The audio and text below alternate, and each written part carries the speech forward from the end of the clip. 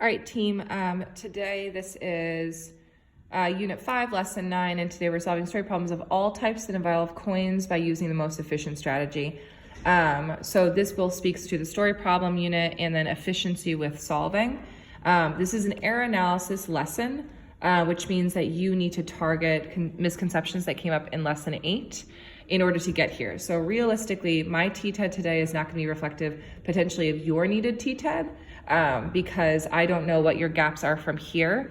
If you went hard after knowns and unknowns and making sense of that, you should be in a place today where you can have kids jump in. So the potential TTED for me, if I had children that were struggling to find the total of all the coins to figure out how much was left based on like if they had $1 and they spent some, how much is left? Or maybe they actually struggled with multi-step or story problems. And so Amanda, I would assume that you could see any of you could see anything. Leroy, it depends on honestly what you guys are seeing in your classroom.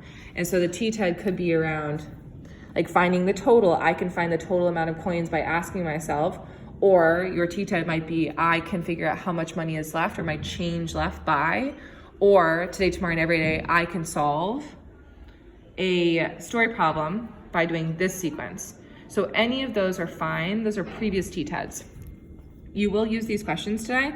What's the problem in the story? How do I know? How can I use what I know about trading coins to help me represent? What strategy will help me solve? And what is my answer? Does it make sense? The first problem today is really similar to your opening problem on Tuesday. And so this one is where we get to multi-step story problems. So Ivan has 2 quarters, 2 dimes, and a nickel.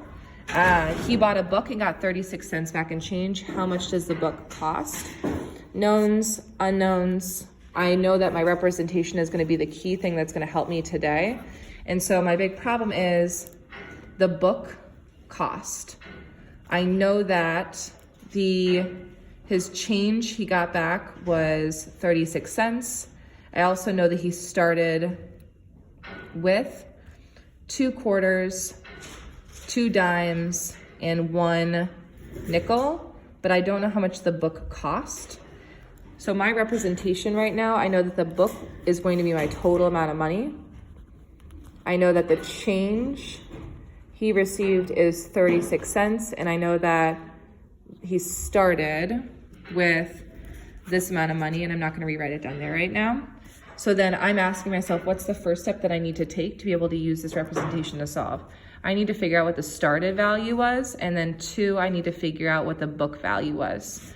My starting value, 2 quarters, 25, 25, 2 dimes, 10, 10, and 1 nickel, 5. 25 plus 25 equals 50, plus 10 equals 60, plus 10 equals 70, plus 5 equals 75. So started with 75 cents.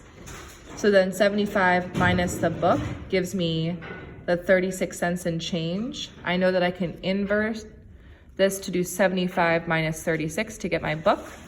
I'm going to use the standard algorithm, but they should use a strategy that makes sense to them and that they're good at. 15 minus 6 is 9, and then 39 cents remaining. So this is really similar to the day before.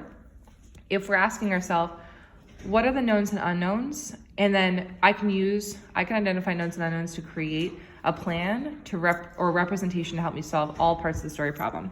If this is the representation, I ask myself, what are the things that I need to solve for first, my start, and then my book, task 1, task 2.